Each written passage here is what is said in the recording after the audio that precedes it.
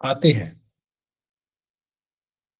यहाँ पे सीधा सिंपल सा मीनिंग है कि जब भी धर्म पे कोई ना कोई आपदा आएगी, जब भी धर्म की बात आती है और धर्म पे कोई ना कोई परेशानी आती है, या अधर्म जो है वो बहुत बढ़ने लग जाता है, तब तब भगवान बोलते हैं कि मैं अवतरित होऊंगा। तब मैं आऊंगा अलग अलग फॉर्म्स के अंदर, to protect the righteous, to destroy the wicked and to reestablish dharma. संभवामि युगे युगे, अलग अलग युगों में जब जब जरूरत पड़ेगी, तब तब आई विल कम। नाउ भगवान ने बोल दिया कि जब भी धर्म पे कुछ ना कुछ होगी बात, या धर्म का स्थापना करनी होगी, तब तब मैं आऊंगा। ये धर्म क्या है? व्हाट इज धर्म? बहुत कंफ्यूजन वाली बात है कि धर्म ही हमको समझ में नहीं आता है। हम ये अब आज तक नहीं समझ पाए मैक्सिमम लोग कि धर्म है क्या। क्या धर्म को हम रिलीजन से जोड़ें? क्या धर्म को हम हमारे कास्ट क्रीड कम्युनिटी से जोड़ें? क्या धर्म को हम जोड़ें हमारे डेली हैबिट्स से? क्या धर्म को हम जोड़े हमारे परिवार से? या धर्म को हम जोड़े हमारे एनवायरनमेंट से? तो इसका मीनिंग समझने के लिए देखो, जब भी व्हेन आई फील कि कोई चीज समझ में नहीं आ रही है, तो I return back to Sanskrit. Sanskrit is a very kind of like accurate language. हर चीज का बहुत स्पष्ट रूप से उसको समझाया गया है संस्कृत के अंदर। तो जब हम रूट वर्ड्स को समझते हैं संस्कृत के, there are certain root words. तो ये जो वर्बल रूट है धर्म का, it comes from the root word दृढ़। ये दृढ़ का मतलब होता है टू सपोर्ट और टू सस्टेन समथिंग। किसी भी चीज का सपोर्ट जो होता है, उसके आगे हम दृढ़ लगाते हैं, तो वो वर्बल रूट आगे जाके it becomes some sort of word. तो धर्म का मतलब क्या हुआ? धर्म का मतलब ये हुआ, anything which supports, anything which sustains us. This is the real meaning of धर्म, द वर्ड धर्म। इस धर्म की अलग अलग परिभाषाएं हैं, अलग अलग समय पे, अलग अलग परिस्थितियों पे इस धर्म की परिभाषा चेंज होती रहती है। लेकिन जो रूट वर्ड है, जो रूट संस्कृत ओरिजिन है इसका, वो यही है, टू सस्टेन।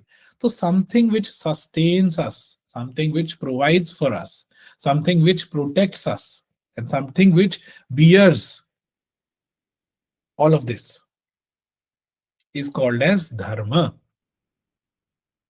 इसीलिए the ninth house of the chart is very much relatable with this word dharma, क्योंकि नवम भाव हमारे गुरुओं का होता है, हमारे पिता का होता है, पिता तुल्य तुल्य व्यक्तियों का होता है। ये वो भाव है जहां से हम अपने डीएनए को देखते हैं, हमारे लिनिएजेस को देखते हैं। ये वो भाव है जहां से हम अपनी कृपा को देखते हैं, डिवाइन ग्रेस को देखते हैं।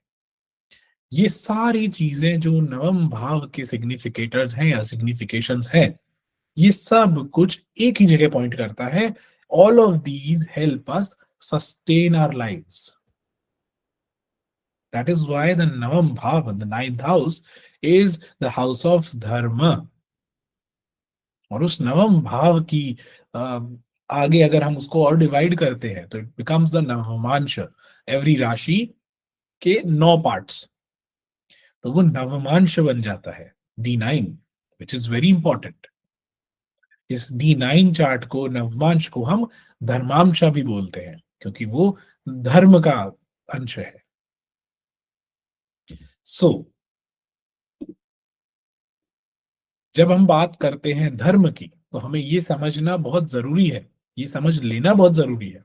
कोई भी चीज अगर आपको सस्टेन करने में मदद कर रही है, तो वो धर्म है, वो कहीं ना कहीं रिलेटेड टू योर धर्म है। दिस इज योर स्पेसिफिक और पर्सनल धर्म. On a collective note, on a universal note, जब बहुत सारी आसुरिक टेंडेंसीज बढ़ जाती है, तो अपने आप में ये जो आसुरिक टेंडेंसीज वाले लोग होते हैं, या आसुरिक टेंडेंसीज की जो ये जो एनर्जीज है, ये क्या करती हैं, ये तम को बढ़ाने लग जाती है. तमस की जो ऊर्जा है उसको बढ़ाने लग जाती है. There are three basic terms which we call as the sattva, the tam and the raj. Right, ये गुण है तीन. तो जब सत्व गुण की कमी होने लग जाती है और तमस की वृद्धि होने लग जाती है, या ऐसा बोले कि जब लाइट की कमी होने लग जाती है और डार्कनेस की वृद्धि होने लग जाती है, तो अधर्म का राज होने लग जाता है. When we talk about light, it is knowledge. सही मायनों में नॉलेज की कमी हो जाना धर्म के नाश के समान है. और अधर्म की वृद्धि के लिए तमस का की वृद्धि होना बहुत जरूरी है, क्योंकि अज्ञानता है ना. तो ये जब भी अज्ञानता आएगी लोगों में, समाज में, दुनिया में एज अ होल, तम की क्वालिटी या तम की वृद्धि होगी, तब तब भगवान विष्णु जो है वो अवतरित होंगे. वो अवतरित क्यों होंगे? So as to restore the dharma, so as to restore the balance. So this is what the meaning of dharma is. Okay, so अब धर्म के बारे में तो हमने समझ लिया, राइट. अब हम आते हैं, ये धर्म को स्थापना करने के लिए अलग अलग अवतार आते हैं. एक एक अवतार की छोटी छोटी स्टोरीज सुनेंगे और फिर उनसे हम रिलेट करेंगे ग्रहों को. ठीक है. और हम ये भी समझेंगे आज कि the evolution of the human beings, ये इवोल्यूशन से भी कितना रिलेटेबल है.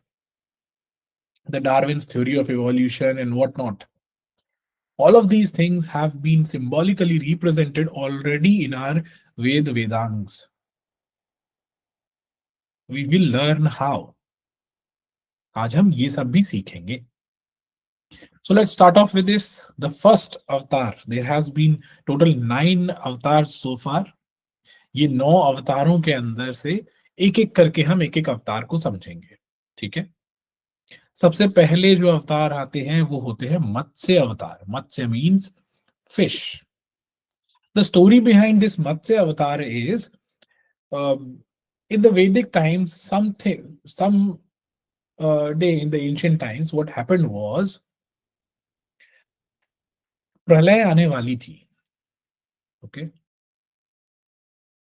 बहुत सारा जो यू नो पृथ्वी के अंदर सब कुछ एस्टैब्लिश हो गया था, वो सब कुछ एक बहुत बड़ी बाढ़ से, एक फ्लड से खत्म होने वाला था. मनु जो है, who was responsible for sustaining the life on earth or creating the life on earth and all that, उन्होंने एक दिन वो पूजा करने के लिए गए सुबह सुबह समुद्र के पास. तो उनके जब वो पूजा कर रहे थे, तो एक बहुत छोटी सी मछली उनके पास आती है. वो छोटी सी मछली जब उनके पास आती है, उन्होंने हाथ ऐसे नीचे किया पानी उठाने के लिए. जैसे ही उन्होंने उठाया तो देखा कि एक छोटी सी मछली उनके हाथ में आ गई. और ये जो मछली है, ये जो मत्स्य है, व्हाट हैपेंड वाज, ये मत्स्य बहुत जल्दी ग्रो होने लग गई. उन्होंने बोला कि चलो इसको मैं ले चलता हूँ, ये कहीं समुद्र में ये कुछ परेशान सी लग रही है मछली, तो इस मछली को मैं लेके चला जाता हूँ अपने पॉट में ले जाता हूँ. तो वो लेके चले गए, घर गए, घर जाके देखते हैं कि वो मछली तो बहुत तेजी से बढ़ रही है. ये तब का समय है जब प्रलय आने वाली थी, तो उसका जो संकेत है वो देने भगवान खुद आए थे.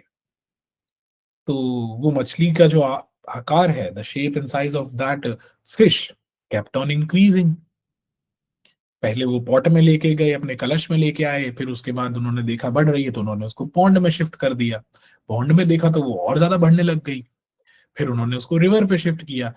और जैसे जैसे वो शिफ्ट करते गए, वैसे वैसे इसका साइज बढ़ता गया. इसका साइज बढ़ता गया मछली का.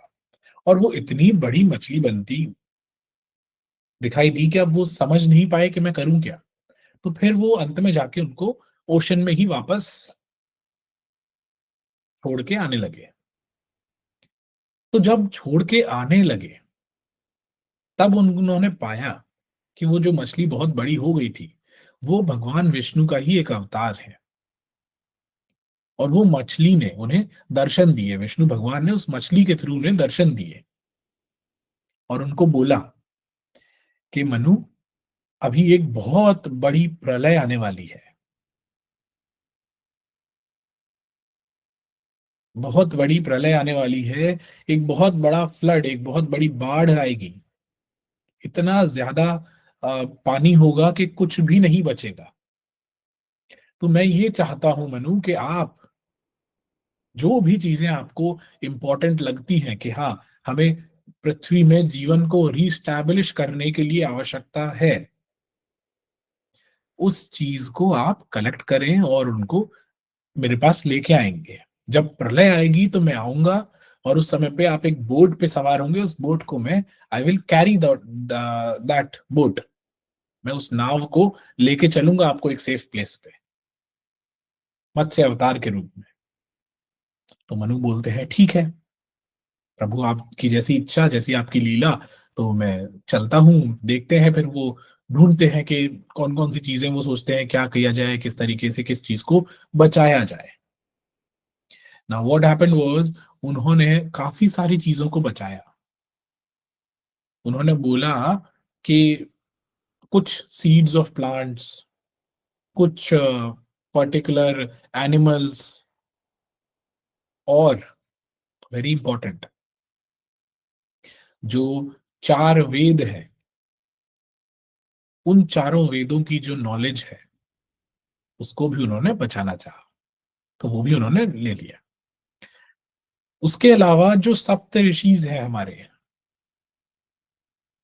क्योंकि ये सप्त ऋषि भी हमारे लिनिएजेस को आगे बढ़ाने में बहुत कार्यरत होते हैं और ये बहुत काम करते हैं, और इनके ज्ञान की वजह से, इनके ही इस कंट्रीब्यूशन की वजह से life on earth is sustaining.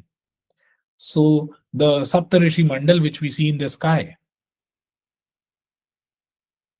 Is the same Sapta Rishis. तो इनको भी मनु जो है वो आज्ञा से इनकी लेके आते हैं।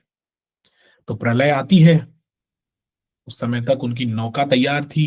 भगवान विष्णु जो है वो भी मत्स्य अवतार के रूप में अवतरित हो रखे थे। तो जब जैसे ही प्रलय आई, तो उन्होंने उस बोट के अंदर इन सब चीजों को रखा। मनु ने बोट में ये सब कुछ रख दिया। अब बोलते हैं भगवान विष्णु, हमें लेके चलो, कहाँ हो आप। तो जैसे ही प्रलय आती है, उन्होंने उस नौका को बांधा मत्स्य के जो हॉर्न है उससे। ओके, उनका एक सींग था, तो उससे उन्होंने बांधा, बांध के और बोला भगवान विष्णु हमें ले चलिए। तो मत्स्य अवतार ने उनको एक बहुत ऊंचाई वाली जगह पे जाके और सेफली ड्रॉप कर दिया। सो व्हाट हैपेंड वाज, ये स्टोरी हमें क्या बताती है कि पूरी प्रलय आ गई, सब कुछ खत्म हो गया ऑलमोस्ट, लेकिन मत्स्य अवतार का पर्पस था to save something, to save something which is of very much importance to the upcoming humans or the upcoming life on earth, to roll back the right life on earth, to make sure that not all diminishes, सब कुछ खत्म नहीं होना, जो important है वो बच जाएगा, जो इंपॉर्टेंट है, जो बहुत जरूरी है सृष्टि के निर्माण के लिए, पुनर्निर्माण या नव निर्माण के लिए, वो बच जाएगा। तो ये रोल था मत्स्य अवतार का।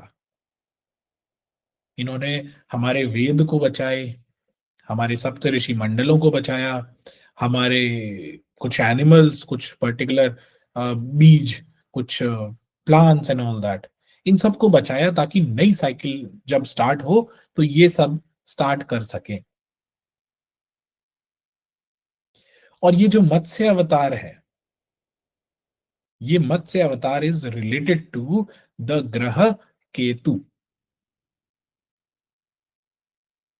This is what the real essence of Ketu is.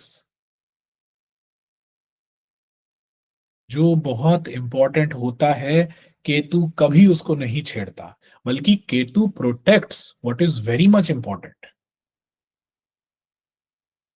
हम बोलते हैं कि केतु मोक्ष दे देगा, हम बोलते हैं कि Ketu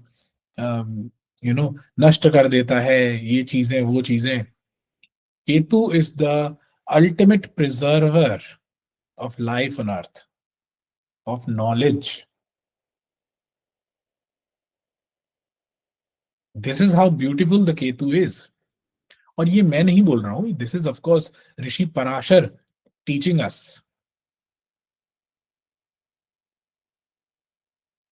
this is the importance of Ketu. वो उन सब चीजों को बचा के रखता है हमेशा जो आपको नवनिर्मित करने के लिए, जो आपको ट्रांसफॉर्म करने के लिए बहुत जरूरी होती है। उसके अलावा कोई चीज खराब होती है, कोई चीज जैसे भी होती है, प्रलय आती है नहीं आती है, फर्क नहीं पड़ता है।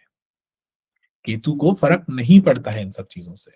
उसे फर्क सिर्फ इतना पड़ता है, जो कोर वैल्यूज है हमारी, जो कोर नॉलेज है, जो हमारी लिनिएज है,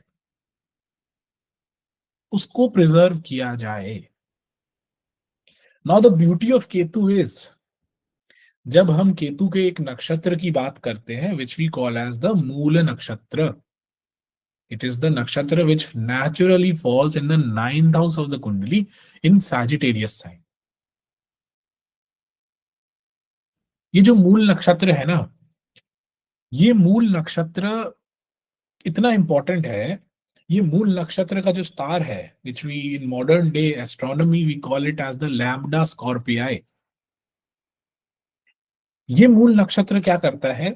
it points towards, this particular star points towards the centre of our galaxy. Mool का मतलब होता है रूट। इसी रूट को कि इसी रूट की towards it points out. And what are our roots? Our lineages. Ketu preserves your lineages. It has to preserve what is very important. So this is all about the Matsya avatar. The second avatar is known as the Kurma avatar. कूर्म अवतार के बारे में कल हमने पढ़ लिया था, तो इसको ज्यादा हम कंटिन्यू नहीं करेंगे, बट ऑफ कोर्स थोड़ा बहुत मैं आपको एक बार रिवाइज करवा देता हूं। जब समुद्र मंथन की बारी आई, तो मंदार पर्वत को उठाने के लिए, मंदार पर्वत को एक स्टेबल सोर्स देने के लिए जरूरत पड़ी किसी ऐसी चीज की जो कि उस पर्वत को स्टेबल सपोर्ट दे पाए। तो तब लिया भगवान विष्णु ने कूर्म अवतार। Kurma is what we call as tortoise. Okay, so जो टॉर्टोइज है इज व्हाट द कूर्म अवतार इज। इस पे हमने, जो असुर और देव है, इन्होंने क्या किया? इन्होंने उस मंदार पर्वत को सपोर्ट दिया। And after that what happened was, समुद्र मंथन हो पाया सही ढंग से। समुद्र मंथन जो है उसके बाद से there were lot of things which came out of the samudra manthan. We the deva and the asura together made something happen.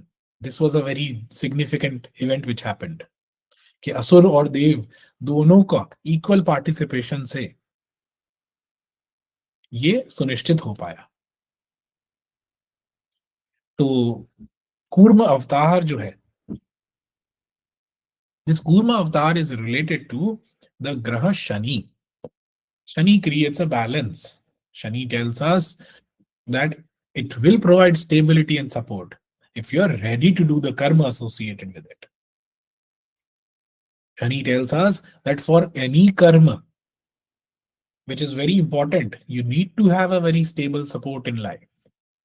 You need to have a strong foundation in life.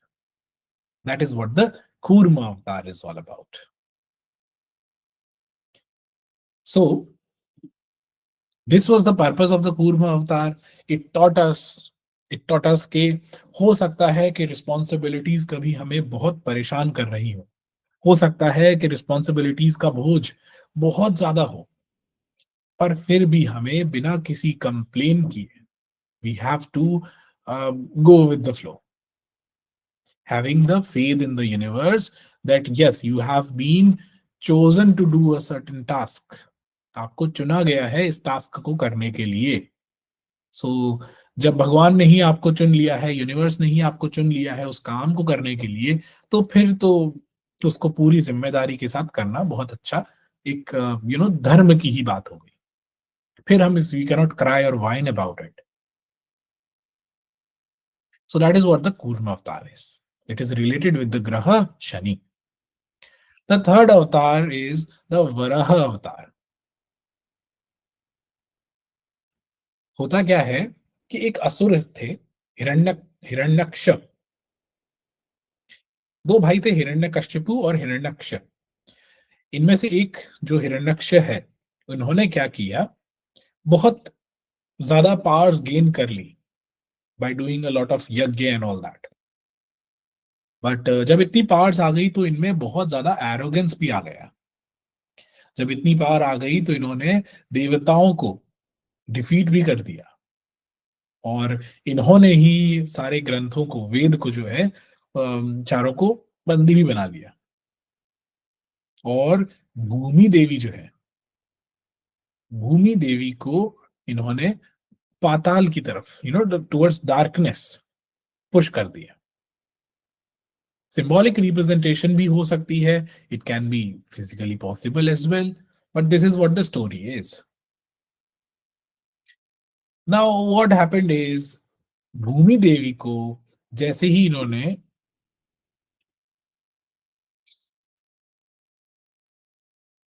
when the Varaha avatar pushed Bhumi Devi deep into the cosmic oceans, तो फिर जो देवी है वो बोलती है ब्रह्मा जी के पास जाके कि पृथ्वी पे बहुत संकट आन पड़ा है और मुझे भी काफी डार्क डीपनेस के अंदर इन्होंने पुश कर दिया है, अधर्म बहुत बढ़ गया है. तो ब्रह्मा जी, अब आप क्रिएटर हैं तो आप कुछ मदद कीजिए मेरी, क्या करूं मैं. तो ब्रह्मा जी बोलते हैं कि चलिए ठीक है, हम भगवान विष्णु से प्रार्थना करते हैं टू सॉल्व और रिजॉल्व दिस. तो भगवान विष्णु ने बोला कि ठीक है, चलो, now this is another time to take another avatar to make sure that we uplift the earth back again. यहां से अवतरित होते हैं Varaha avatar. Varaha means a boar. Boar मतलब a kind of a pig. It is a wild animal. Okay, so वहां से वराह अवतार आते हैं. वराह अवतार अवतरित होते हैं तो उन्होंने पृथ्वी को वापस से अपलिफ्ट किया with the help of it's the what do we call it, the tusks, उनके सींग. उनसे भूमि देवी को फिर से ऊपर ला दिया. ऊपर ला दिया का मतलब ही डिफीटेड दिस असुर called Hiranyaksha. It might have been possible that the earth might have deviated from its orbit and something pushed earth back into the orbit, right? So ये वराह अवतार जो है, ये वराह अवतार का पर्पस था वो डार्कनेस से अर्थ को अवेयरनेस की तरफ लेके आना. इनका पर्पस था हिरण्यक्ष को हराना. इनका पर्पस था कि जो भूमि देवी है, जिनमें इतनी पीड़ा सहन कर रही है, इनको डाउनफॉल से बचा के वापस लेके आना. और इस अवतार को ऋषि पराशर ने जोड़ा है, रिप्रेजेंट किया है राहु से. इट इज द ग्रह राहु विच uplifts you when you are falling into darkness. It is the divine form of Rahu.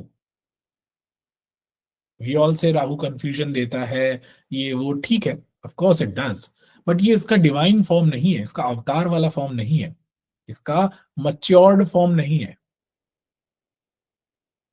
इसका मच्योर्ड फॉर्म है to give you so much amount of knowledge, to give you so much amount of upliftment, to give you a lot of blessings of Ma Saraswati, so that you uplift your life back from the darkness or the tamas.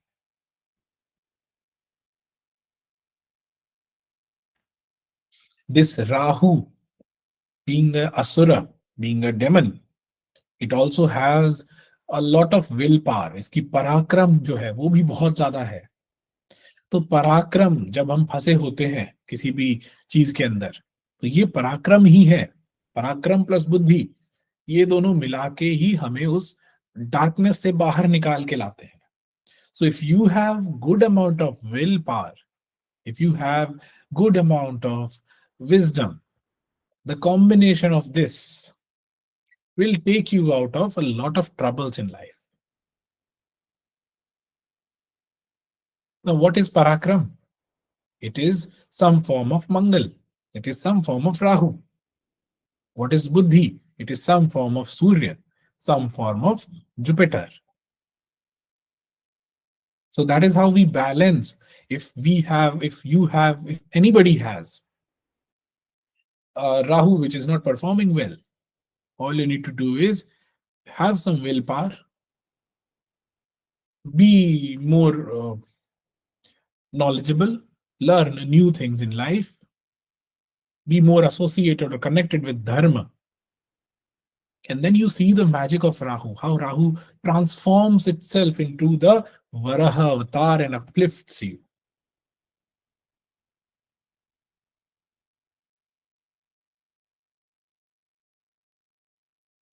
This is a human tendency. ये एक इंसान की tendency सी हो गई है कि हम सिर्फ नेगेटिव चीजों पे बहुत जल्दी फोकस कर लेते हैं. कह रहे राहु ये कर रहा है, राहु वो कर रहा है. ऑफ कोर्स करेगा ही ना, क्योंकि आपने उस राहु को जागृत ही नहीं किया है. आपने उनके जो विष्णु स्वरूप है, विष्णु अवतार है, वराह अवतार है, उसकी ऊर्जा को तो अपने अंदर आने ही नहीं दिया है. ज्ञान आप आने ही नहीं देते. उससे पहले ही रोक लेते हो, बोलते हो मेरा तो राहु है तो वो मुझे भ्रमित करते जा रहा है.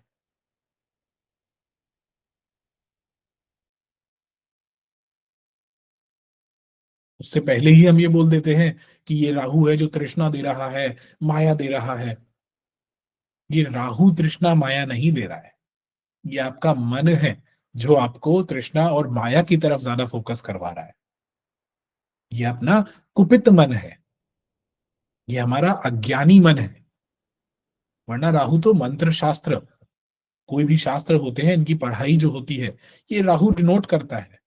It digs deeper into the knowledge of the cosmos. You see Jupiter's association with Rahu. बोलेंगे लोग तो गुरु चांडाल योग है. ऑफ कोर्स टेक्स्ट में गुरु चांडाल योग है ये. But people who have Jupiter and Rahu together, if they are utilizing this Jupiter Rahu with the help of learning new things in life, learning a lot of things in life, you would see these people have a lots and lots of knowledge. हर प्रकार की knowledge इनके पास होती है. So they are now utilizing the divine form of Rahu.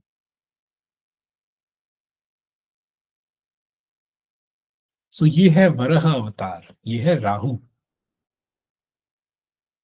कुछ misconceptions हमें यहीं से खत्म हो जाते हैं कि राहु क्या है, क्यों डरा रहा है, इसका सॉल्यूशन क्या है. ये है solution. Push yourselves, okay, have some will power to learn new things in life, to dig deeper into whatever is being in front of you, what sort of knowledge you are taking, and question everything. Okay. Now let's move on to the next avatar, which we call as the Narsimha avatar.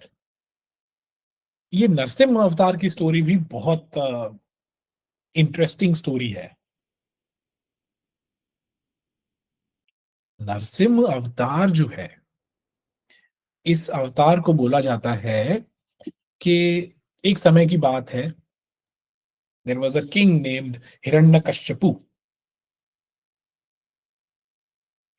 इनका जो भाई था, दोनों भाई थे तो दोनों भाई काफी शरारती थे.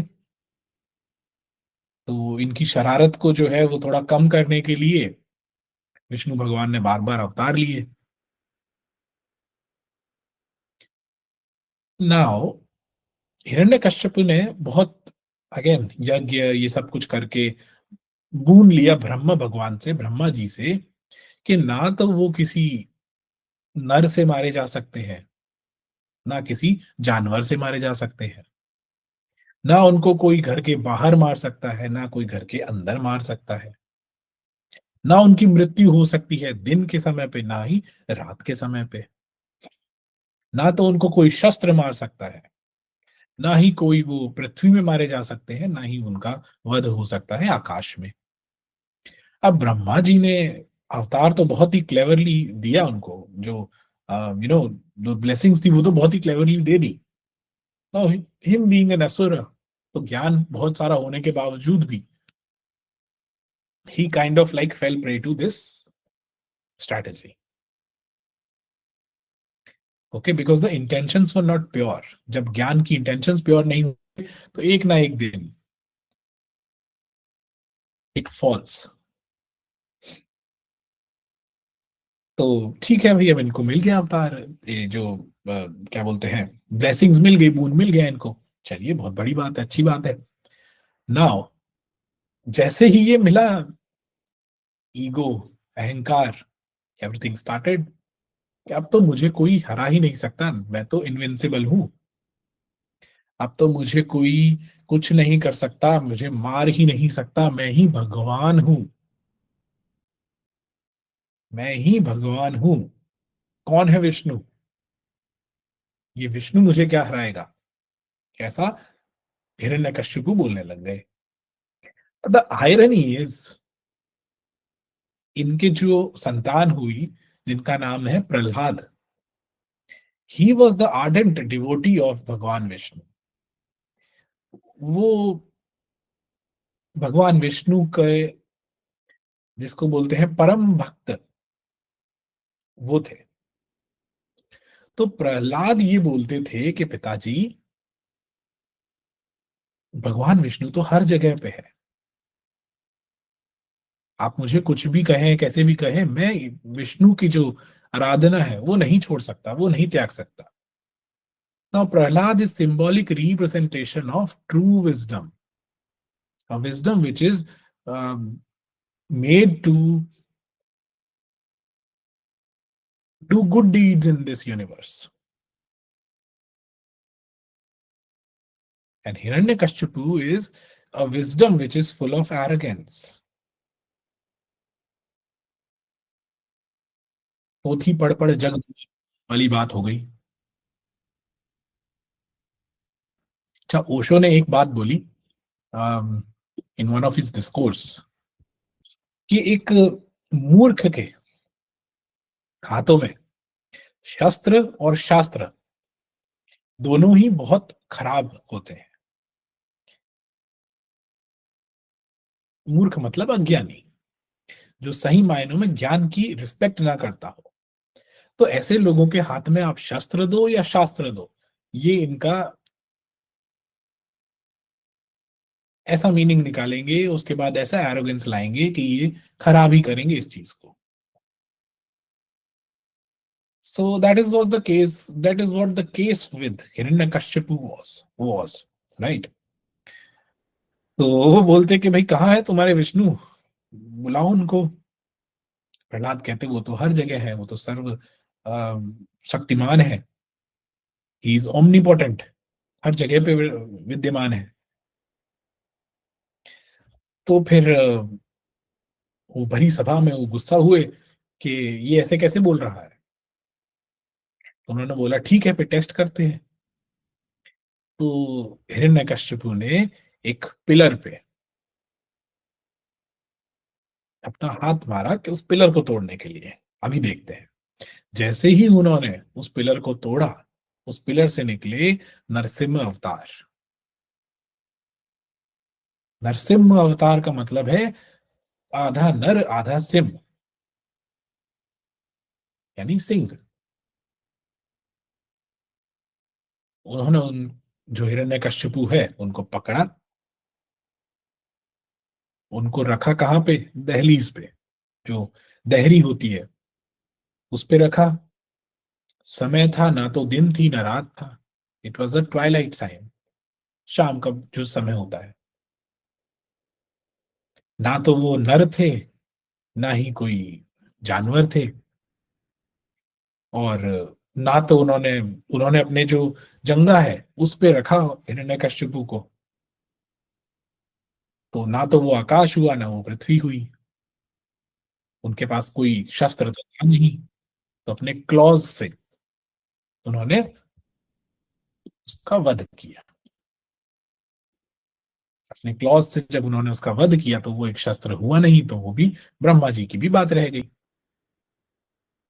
And that is how he protected Prahlad. The main M was to protect Prahlad, the true um, devotee of भगवान विष्णु। इस अवतार का मेन पर्पस ही ये था कि जो लोग भगवान पे विश्वास रखते हैं, those who have believe and faith in God, one day or the other God will come। भगवान आएंगे और आपको बचाएंगे। अगर आपका मन साफ है, आपकी श्रद्धा,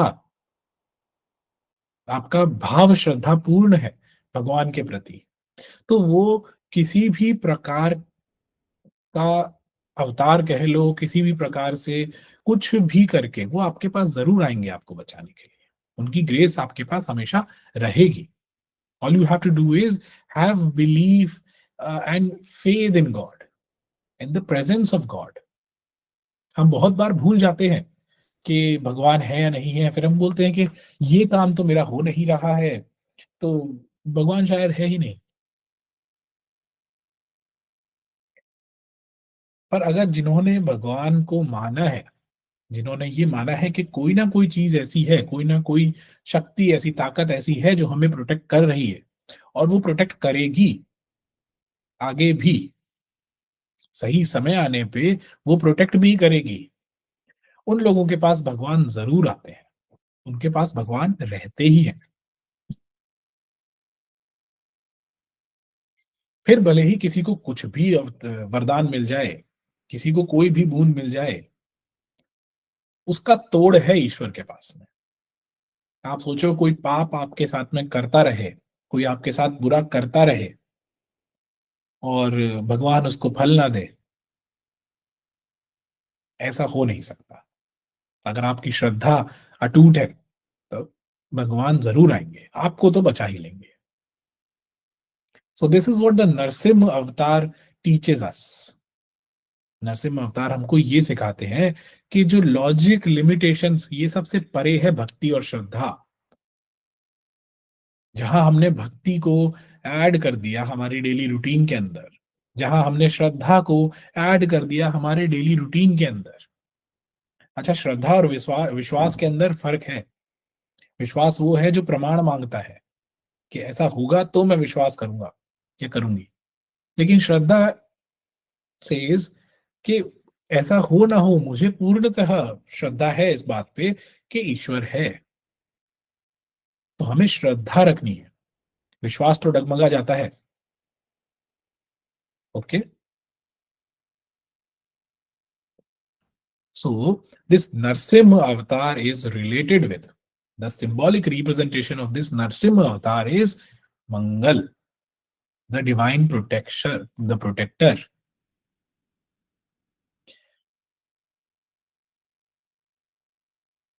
मंगल की जो दृष्टियां है, वो दृष्टि भी बहुत इंपॉर्टेंट होती है। एक दृष्टि है जो डिस्ट्रक्शन लाती है, एक दृष्टि है जो प्रोटेक्शन लाती है। नरसिम्हा अवतार ने भी तो यही किया, प्रोटेक्शन भी दिया प्रहलाद को, डिस्ट्रक्शन भी दिया हिरण्यकश्यपु को।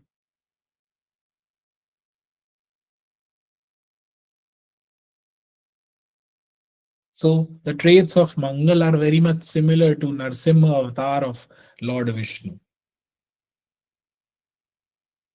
That is why Mangal will always protect you from any sort of evils. Mangal will always protect you from any sort of people who want to harm you. But the condition is You have to be a devotee of God. You have to believe in God. That is how you can activate your Mangal in its truest form, in its truest essence. Okay? So this is the Narsimha avatar. Now let's move on to the next avatar, which is the Vaman avatar. इसकी story भी काफी interesting है. राजा बलि करके एक राजा हुए जिन्होंने बहुत दान पुण्य धर्म करके बहुत पावर को अटेन किया. तीनों जो लोग हैं उसमें उन्होंने आधिपत्य जमा लिया. आधिपत्य जमा लिया तो ठीक है, उनका कोई ऐसा नहीं था कि वो अधर्म के राह पे चल रहे थे या कुछ. No, but over the time what happened was, क्योंकि वो इतने दानी थे तो उनको इस चीज का भी अहंकार होने लग गया था. उनकी जो पोजेशंस है, उनके पास इतना सब कुछ था कि उनको ये लगने लग गया था कि मेरे से ऊपर तो कोई है ही नहीं. तो एक समय की बात है कि उन्होंने फिर से उन्होंने इम्बैलेंस क्रिएट कर दिया था संसार के अंदर.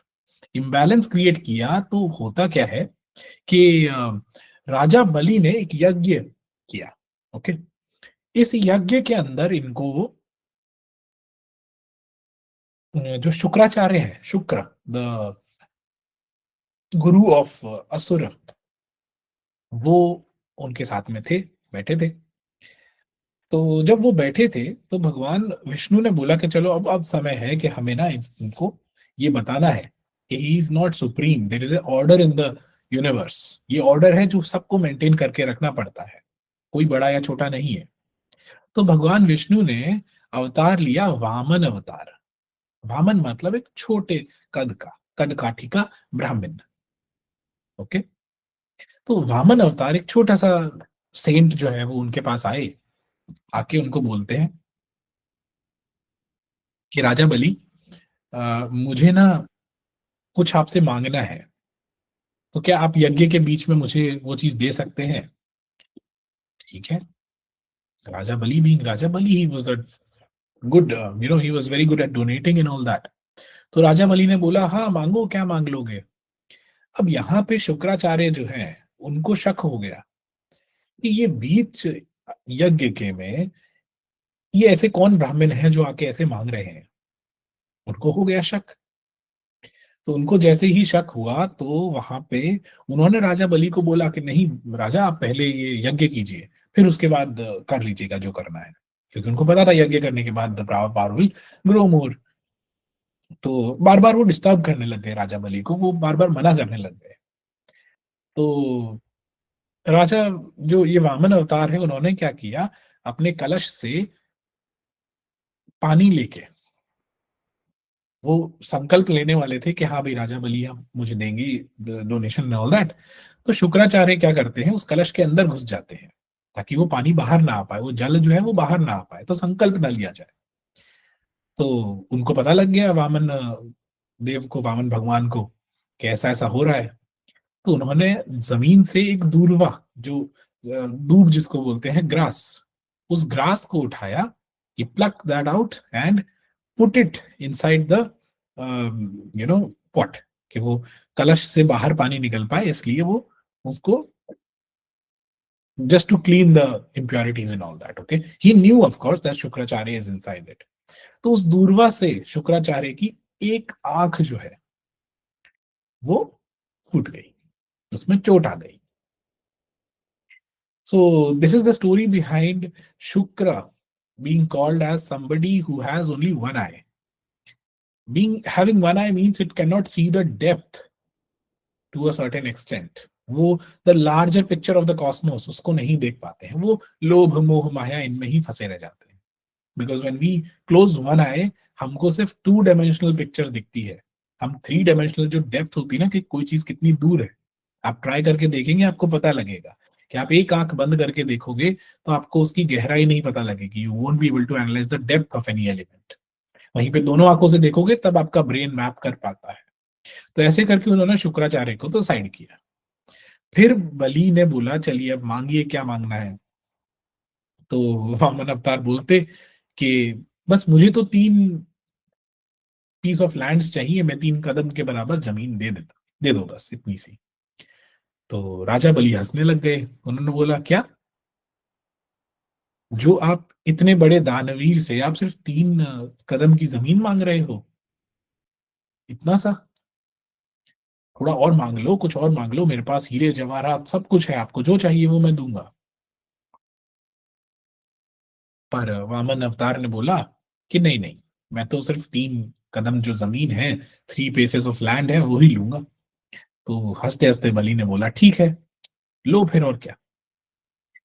तो उनको भी लगा, क्या, तो इतने से तो छोटी सी हाइट के ब्राह्मण हैं, कितनी तो जमीन ले लेंगे, ठीक है ले जाओ।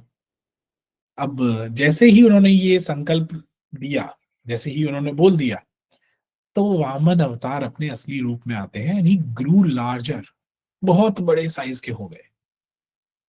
इतने बड़े साइज के हुए कि अब उनका जो साइज है, उनको बोला गया त्रिविक्रम। पहले स्टेप से उन्होंने पूरी पृथ्वी को कवर कर लिया कि ये लो, ये तो मेरा पहला कदम। दूसरे स्टेप से ही कवर्ड द हेवेंस। तो दूसरे स्टेप में उन्होंने almost everything was covered, now nothing was left with Bali. And with the third step he approached Bali. अब बोलो, कहाँ रखूं पाऊं, अब तुम्हारे पास देने को कुछ है? तो राजा बलि जो है, उन्होंने बोला कि प्रभु, अब तो मेरे पास कुछ भी नहीं है, अब तो आप बस मेरे मैं खुद ही हूं, और मेरे जो सर है उस पे आप अपने चरण रख लीजिए, मैं अपने आप को दान करता हूँ। Now he was very humble, okay, he was not a demon like of a demon, वो कोई असुर के तरह असुर नहीं थे। He was very humble about it. बस वो तो अहंकार आ गया था, उसको अहंकार को कम करने के लिए the balance has to be maintained. तो फिर उन्होंने झुक गए उनके सामने, और फिर जैसे ही झुके तो विष्णु भगवान ने उनपे कदम रखा, वामन अवतार ने कदम रखा। जैसे ही कदम रखते हैं, he fell into the deep trenches of cosmos. क्योंकि भगवान ने सर रख दिया ना, उन पे पांव रख दिया ना। Now despite despite this happening, किसी का अगर भगवान के जो पादुकाएं हैं या पद है, वो भी किसी के टच हो जाए तो ही और शी इज ब्लेस्ड ऑटोमेटिकली। तो पाताल में जाने के बाद भी उनका जो डिवोशन था, उनका जो हम्बलनेस थी, ह्यूमिलिटी थी, ये सब कुछ उनको प्रोटेक्शन मिल गया। Okay, so that is how Vamana avatar restored the balance of the cosmos. उन्होंने वो सब चीज वापस ले ली। सो द वामन अवतार इज एसोसिएटेड विद बृहस्पति, गुरु। गुरु की शक्ति क्या है? गुरु को पता है कि ज्ञान जो है वो सबसे बड़ा शस्त्र है। सही समय आने पे ज्ञान के माध्यम से आप पूरी दुनिया के अंदर बैलेंस को रिस्टोर कर सकते हो।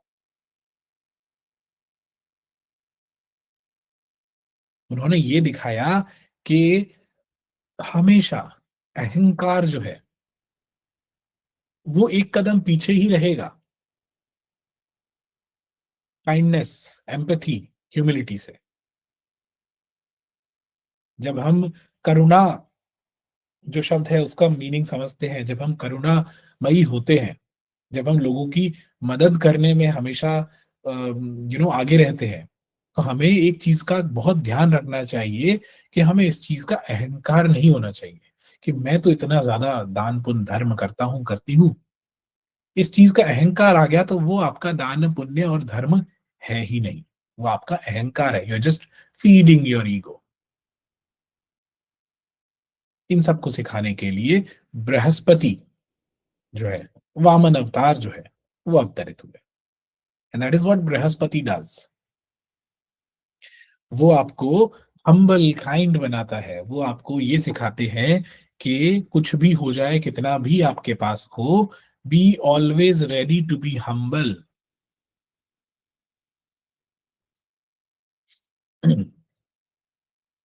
बृहस्पति की अच्छी पोजीशन अगर कुंडली के अंदर होती है, तो वो सिर्फ ज्ञान नहीं, वो आपको करुणा भी देता है। वो आपको ये भी सिखाता है कि ये ज्ञान है आपके पास में, इसका मतलब ये नहीं है कि आपका अधिपत्य है उस ज्ञान के ऊपर. You don't own the knowledge. This all of this knowledge is coming from the divine source, and you should be humble about it. You should not have the arrogance related to the jnana you have, to whatever possessions you have. All of it can be taken away with just 3 steps. Okay, so this is the Vaman avatar. The next avatar is the Parashurama avatar. Now, Parashurama avatar is a very simple avatar. Okay, what happened was, Parashurama अवतार के साथ में कि उनका जो परिवार है उस पे आक्रमण हुआ, उनकी जो डिवाइन काऊ है, कामधेनु जो है वो चुरा ली गई. और the rajas, the Kshatriyas at that time, they thought that they are being very very powerful and they can do anything. The tyranny, एक तरीके से पूरा जो साम्राज्य है वो क्षत्रिय जो उस समय के थे उनको लगने लगा, जो राजा लोग थे उनको लगने लगा कि हमारे कंट्रोल में सब कुछ है. तो इन सब को देखते हुए परशुराम ने एक वचन लिया कि मैं 21 जो पुश्ते हैं वो पूर्णतः सर्वनाश करूंगा इनका. And he did that as well. And he did that. तो ये जो परशुराम की ऊर्जा है, ये जो परशुराम अवतार है, इसको रिलेट किया जाता है शुक्र से. This is the truest divine form of शुक्र when it comes to the avatars of Vishnu. Shukra can kill your lineages if you have done deeds which have hurt other families emotionally or financially. Shukra holds the power to stop the lineage. Shukra holds the power to not let the lineage grow. Because Shukra क्या है? Shukra is the potency. So that is what Shukra in short teaches us. And the purpose of this Parshuram avatar was to destroy arrogance and corruption of the rulers and all that. Again, हर बार हम यही सीख रहे हैं. Imbalance create हो ही क्यों रहा है? क्योंकि बार बार एरोगेंस जो है वो आ रहा है, जो एक अहंकार है वो सामने आ रहा है, और बार बार भगवान जो है वो अवतरित होते हैं. Now comes another avatar which is the Ram अवतार. राम भगवान के बारे में भी हमने बहुत समझ रखा है, सुन रखा है. तो राम अवतार जो है, इनका जन्म हुआ और फिर उनकी जो पूरी लाइफ है ये बहुत विस्तृत रूप से हमारे सामने, हमारे समकक्ष रखी गई है. तो राम भगवान का तो जो अवतार है उन्होंने हमें एक आइडियल सेट करके दिया. तो on how to be a Maryada Purushottam, how to grow up like a ideal son, a good disciple, a good brother, a good husband, and whatnot. Even a good enemy, an ethical enemy. So ये सब राम भगवान ने जो है वो दिया. ये सब सीख हमें राम भगवान ने दी. कुछ ना होते हुए भी उन्होंने अपने आप ही रिसोर्सेज का क्रिएशन किया. He didn't have an army. उनके पास कुछ नहीं था कि रावण जैसे सर्वशक्तिशाली योद्धा को हरा सकें, पर उन्होंने खुद ने गैदर किया with his goodwill, with his responsible nature, with his dedication to get back his wife, to get back and restore the dharma which was not being conducted by Ravan. तो ऐसे करके राम भगवान ने पूरी जो राम लीला है वो we all are very well aware of it. This Ram avatar is more or less related with Surya being the ideal. Surya has a very disciplined sort of a form. Surya is very much responsible. Surya knows its limitations. Surya knows its boundaries. It is because of Surya that we know and when the day has started. It is because of Surya we know. इस सूर्य के वजह से हमको पता है कि दिन में क्या दिनचर्या करनी है, कैसे प्रोसेसेस ग्रेजुअली चलेंगे. And this is what Ram Bhagwan teaches अस.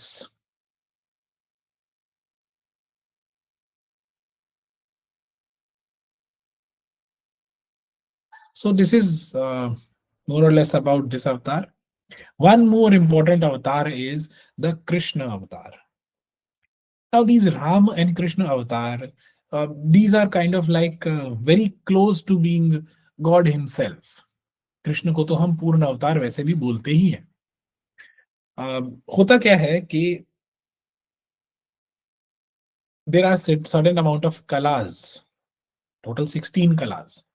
ये जो 16 कलाएं हैं, ये जो 16 क्वालिटीज हैं, अगर ये क्वालिटीज किसी में भी होती है पूरी 16, तो उनको पूर्ण अवतार बोला जाता है. कृष्ण को भी पूर्ण अवतार इसीलिए बोला गया क्योंकि उनके पास वो 16 कलाएं थी जो भगवान विष्णु खुद पोजेस करते हैं. कृष्ण ने हमको सिखाया कि कैसे एक नॉर्मल इंसान की तरह, right from the childhood up until his death, कैसे हम ग्रेजुअली ग्रो करते करते एक नॉर्मल इंसान की तरह मिस्टेक्स करते हुए, गलतियां करते हुए, और not being this much ideal as compare to others, वो सब कुछ करते हुए हम कैसे लाइफ को जी सकते हैं. हम कैसे सिर्फ रूल्स एंड रेगुलेशंस को फॉलो ना करते हुए we add certain amount of essence to life, कुछ रस भरते हुए, नाचते गाते, खुशी मनाते, दुख मनाते, सारे इमोशंस को फील करते हुए लाइफ को कैसे जीना चाहिए.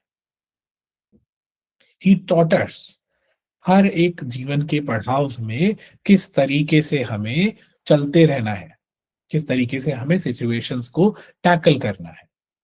ही वॉज अ अवतार विच लिव्ड इन द प्रेजेंट. जब हम कृष्ण की बात करते हैं तो हम कृष्ण को किसी भी स्वरूप में देख सकते हैं. As a child, a mother can believe that Krishna is his child, is her child. As a lover, somebody can believe that Krishna can act as her lover. As a good friend, we can always believe that yes, Krishna is always available as a good friend. जैसे सुदामा के लिए थे वो, जैसे राधा के लिए एक lover थे, जैसे माँ यशोदा के लिए एक बच्चे थे. कृष्ण को गुरु भी मान सकते हो आप, जैसे अर्जुन के लिए गुरु थे. तो कृष्ण अवतार जो है, ये एक इतने वर्सटाइल अवतार है कि आप कृष्ण को किसी भी फॉर्म के अंदर पूज सकते हो, किसी भी फॉर्म के अंदर आप कृष्ण को अपना सकते हो. This is the versatility of Krishna. और कृष्ण हमें यही सिखाते हैं कि हमें अलग अलग जगहों पे अलग अलग तरीके से कैसे वर्सटाइल होना है. We can not be rigid in these times. मैं यही हूं और मैं ये भी हूं, इनका जो डिफरेंस है, एक हम कोर मेंटालिटी, एक कोर फिलोसफी बना लेते हैं लाइफ के अंदर कि मुझे ऐसे ऐसे एक्सपीरियंसेस हुए, मैं ऐसा इंसान बन गया हूं या ऐसे इंसान बन गई हूं. We make rigid believes about our personality, we make rigid believes about our environment. Krishna ने उन सभी बंधनों को तोड़ा. उन्होंने बोला नहीं, कोई जरूरी नहीं है, हर एक समय पे अलग अलग चीजें देखने को मिलती हैं. रूल्स रेगुलेशंस को भी तोड़ा गया, जो नए रूल्स बनाए भी गए, बहुत सारी चीजें जो लीलाएं हैं उनमें हम ये भी समझते हैं. तो कुल मिला के इन्होंने इमोशंस को जोड़ा, एक रस को जोड़ा, एक एसेंस को जोड़ा हर जगह पे. एंड कृष्ण अवतार इज रिलेटेड टू द ग्रह चंद्र, which is so versatile. It changes its shape and size every single day. इसीलिए तो बोला जाता है कि चंद्र है जो हमें ये सिखाते हैं कि कैसे सबके साथ घुल मिल के रहा जा सकता है। पूरे भाचक्र is what we call as the zodiac, पूरी राशि का जो चक्र है, इसके अंदर चंद्र का कोई दुश्मन नहीं है। चंद्र सबको अपना फ्रेंड मानते हैं। कोई ग्रह ऐसा नहीं है जो जिसको चंद्र एज एन एनिमी ट्रीट करते हो। कोई नक्षत्र ऐसा नहीं है, कोई राशि ऐसी नहीं है। So this is why Krishna was related to Chandra avatar. Sorry, Chandra was related to Krishna avatar. So this is what all we learned from all of these avatars. Okay, now we'll quickly take up one more avatar, which is the Buddha avatar. Buddha avatar is the Gautam Buddha, as we predominantly know it. Buddha avatar is all about somebody who is awakened, somebody who follows non-violence, somebody who is always ready to learn new things, somebody who is a prince, yet wants to learn new things, wants to go out and experience the life of a common man. Somebody who wants to renounce, somebody who wants to make sure to understand the truths of life, the curious one, the enlightened one. This is what the Buddha avatar is. And as the name suggests, it is related with Buddha, Mercury. Mercury is a graha which is very curious. बहुत सारी चीजों को it wants to know, it wants to experience. As simple as that. The last avatar which has not yet manifested is the Kalki avatar. जब धर्म की चारों जो पद है, पांव हैं, वो चले जाएंगे, टूट जाएंगे, जब कलयुग का अंत होने वाला होगा, तो कल्कि अवतार अवतरित होंगे. It is said that he would be a